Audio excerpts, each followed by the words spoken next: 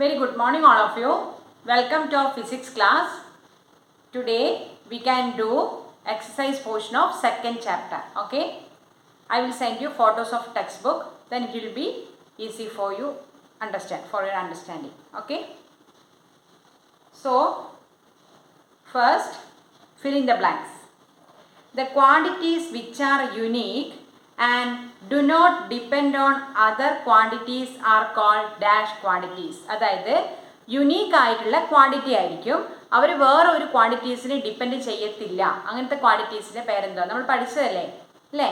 ഇപ്പം length, mass, length, time, അതൊക്കെ യുണീക്കാണ്. Mass കിട്ടാൻ ഏതെങ്കിലും രണ്ട് ക്വാണ്ടിറ്റി നമ്മൾ മൾട്ടിപ്ലൈ ചെയ്യേണ്ട ആവശ്യമുണ്ടോ, അല്ലെ എന്തെങ്കിലും ഡിവൈഡ് ചെയ്യേണ്ട ആവശ്യമുണ്ടോ? ഒന്നുമില്ല. അത് തന്നതായിട്ടുണ്ടായതാണ് അല്ലേ? അതാണ് യുണീക്ക് എന്ന് പറയുന്നത്. Unique ക്വാണ്ടിറ്റിയാണ് mass. ലെങ്ത്ത് എന്നുള്ള ഒരു ക്വാണ്ടിറ്റി ഏതെങ്കിലും ഡിറൈവ് ചെയ്തെടുത്ത ക്വാണ്ടിറ്റി ആണോ?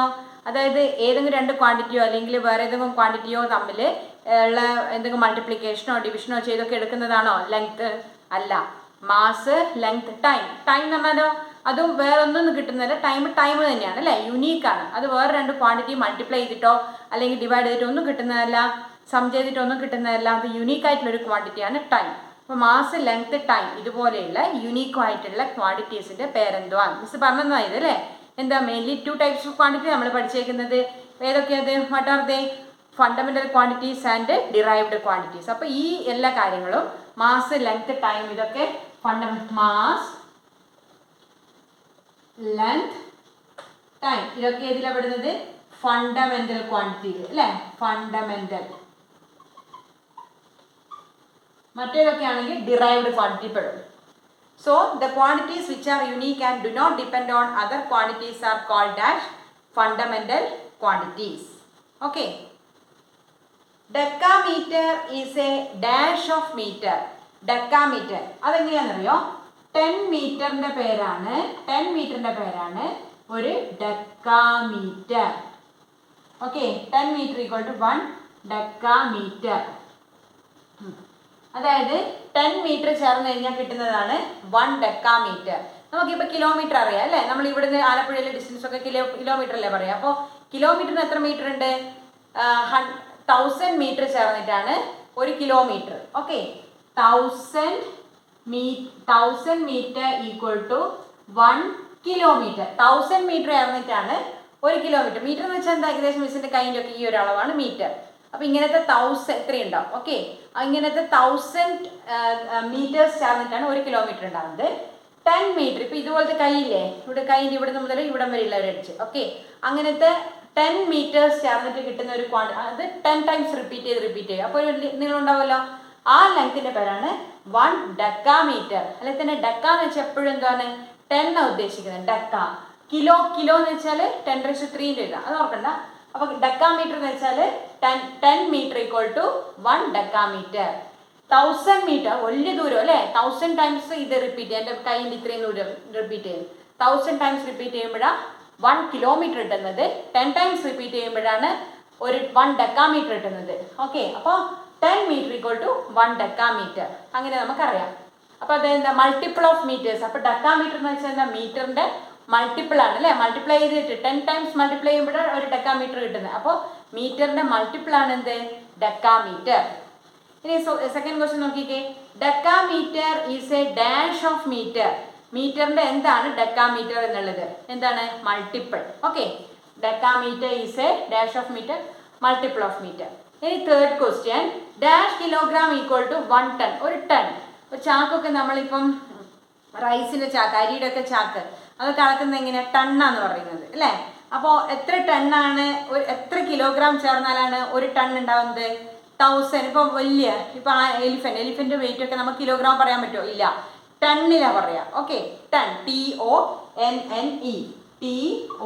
TONNE അതൊക്കെ പറയുന്നത് ടണ്ണിലാണ്. ഈ ടണ്ണിൽ എത്ര കിലോഗ്രാം ചേരുന്നുണ്ട്? എത്രയാ? 1000 കിലോഗ്രാം. നമുക്കറിയാം 1 കിലോഗ്രാം അരി, 1 കിലോഗ്രാം പഞ്ചസാരയൊക്കെ എത്രയാണ് നമുക്കറിയാം അല്ലേ? 1 കിലോഗ്രാം ഏത്തപ്പഴം, ബനാന, ഇതൊക്കെ നമുക്കറിയാം. Okay, all of you know what is actually 1 kilogram? 1000 types of 1 kilogram. 1000 times of 1 kilogram. അതാണ് എന്ത്? 1000 കിലോഗ്രാം അല്ലേ? 1000 ടൈംസ് 1 കിലോഗ്രാം ചേർന്നാലാണ് ഒരു ടൺ കിട്ടുക. ഓക്കെ, ഒരു ടൺ. അപ്പോൾ 1000 kilogram equal to 1 tonne. TONNE.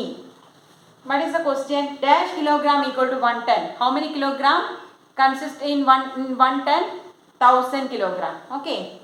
Any fourth one. A dash of an object can be determined using graph paper. എല്ലാവർക്കും graph paper അറിയായിരിക്കും അല്ലേ? എങ്ങനെ ഉണ്ടാവുക? കുറേ വെർട്ടിക്കൽ ലൈൻസും ഹൊറിസോണ്ടൽ ലൈൻസും ഉണ്ടാവും. അപ്പോൾ ഇപ്പം നമുക്ക് ഇപ്പം നമ്മളുടെ കൈയുടെ ഏരിയ കാണുന്നതായിരിക്കും. നമ്മൾ എന്ത് ചെയ്യും? കൈ ഈ ഗ്രാഫ് പേപ്പറിൻ്റെ മുകളിൽ we will place our hands on this graph paper. Graph പേപ്പറിൻ്റെ മേലെ നമ്മളെ കൈ കൊണ്ടുവെക്കും. അപ്പോൾ ഇങ്ങനെയൊക്കെ വരുമല്ലോ. ഇങ്ങനെ വന്ന് ഫിംഗേഴ്സ് അല്ലേ, ഇങ്ങനെയൊക്കെ വരും കൈ. എന്നിട്ട് we will count how many squares are included in this area. അതായത് ഈ കൈയുടെ ഉള്ളിൽ എത്രമാത്രം സ്ക്വയർ ഇതിനകത്ത് ഉൾപ്പെടുന്നുണ്ട്, ഇൻക്ലൂഡ് ചെയ്യുന്നുണ്ട് നമ്മൾ കൗണ്ട് ചെയ്യും. അപ്പോൾ അങ്ങനെയാണ് നമ്മൾ എന്ത് ചെയ്യുന്നത്? എന്നിട്ടാണ് ഏരിയ കണ്ടെത്തുന്നത്. ഒരു സ്ക്വയറിൻ്റെ ഏരിയ എന്ന് വെച്ചാൽ 1 സെൻറ്റിമീറ്റർ സ്ക്വയർ ആയിരിക്കും അല്ലേ?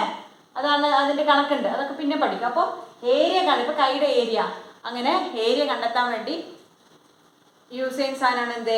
Graph paper. Okay. Dash of an object can be determined using graph paper. നമ്മളിതാ ഈ ഗ്രാഫ് പേപ്പർ വെച്ച് എന്തോ കാണുന്നത്? ഏരിയ. ഇനി ഫിഫ്ത്ത് വൺ ആണ്. Dash clock is use to measure smaller time interval. ഇപ്പം നമ്മൾ സ്പോർട്സിലൊക്കെ യൂസ് ചെയ്യുമ്പം ഒരു പ്രത്യേകതയുണ്ട്. ഇപ്പം റണ്ണിങ് റേസ് ഒക്കെ ആണെങ്കിൽ ഒരു ചെറിയ ഒരു സെക്കൻഡിൻ്റെ ഒക്കെ ഡിഫറൻസിലായിരിക്കും ഫസ്റ്റ് പ്രൈസ് സെക്കൻഡ് പ്രൈസ് ഒക്കെ പോകുന്നത് അല്ലേ? അപ്പോൾ ഓരോ സെക്കൻഡും ഇമ്പോർട്ടൻ്റ് ആണ് അല്ലേ? ഇപ്പോൾ ജമ്പിങ് ആണെങ്കിലും ജാവലിൻ ത്രോ ആണെങ്കിലും എല്ലാം സെക്കൻഡ്സ് വൈസ് ഇമ്പോർട്ടൻ്റ്. അപ്പോൾ അതിനൊക്കെ വളരെ ആക്യുറേറ്റ് ആയിട്ട് സെക്കൻഡ്സ് പോലും മെഷർ ചെയ്യുന്ന ഒരു ടൈം വേണം. അതിൻ്റെ പേരെന്താണ്? പിന്നെ stop clock. Okay. STOP. Stop clock is use to measure smaller time interval. ഏറ്റവും ചെറിയ ടൈം ഇൻ്റർവൽ പോലും മെഷർ ചെയ്യാൻ വേണ്ടി യൂസ് ചെയ്യുന്ന സാധനമാണ് എന്ത്? Stop clock. Okay. Stop clock answer. Dash is use to measure the temperature of the object. ഇപ്പം നമ്മൾ ടെമ്പറേച്ചർ ഉണ്ട്, ഫീവർ ആണെന്ന് വിചാരിക്കുക. What we will do? Will consult a doctor. First what they will do? അവരെന്ത് ചെയ്യും? നമ്മളെ they will put thermometer in our mouth അല്ലേ? ടങ്ങിൻ്റെ താഴെ തെർമോമീറ്റർ വെക്കും. അപ്പോൾ then you can see that thermometer is use to measure what? Temperature അല്ലേ? Thermometer ആണ് ടെമ്പറേച്ചർ. നമുക്ക് എത്രമാത്രം ബോഡി ടെമ്പറേച്ചർ ഉണ്ടെന്ന് മനസ്സിലാക്കാൻ എന്ത് യൂസ് ചെയ്യുക? തെർമോമീറ്റർ യൂസ് ചെയ്യുക. ഡോക്ടേഴ്സൊക്കെ യൂസ് ചെയ്യുന്നുണ്ട്. അപ്പോൾ dash is use to measure temperature of an ഒബ്ജക്റ്റിന്റെ ടെമ്പറേച്ചർ മെഷർ ചെയ്യാൻ വേണ്ടി യൂസ് ചെയ്യുന്ന സാധനമാണ് തെർമോമീറ്റർ. ഓക്കെ. അപ്പോൾ ഇത് ഫസ്റ്റ് സെക്ഷനിൽ ഫിൽ ഇൻ ദ ബ്ലാങ്ക്സിൽ 6 ക്വസ്റ്റ്യൻസ് ആയിട്ടുണ്ടായിട്ട് അത് കഴിഞ്ഞു. ഓക്കെ.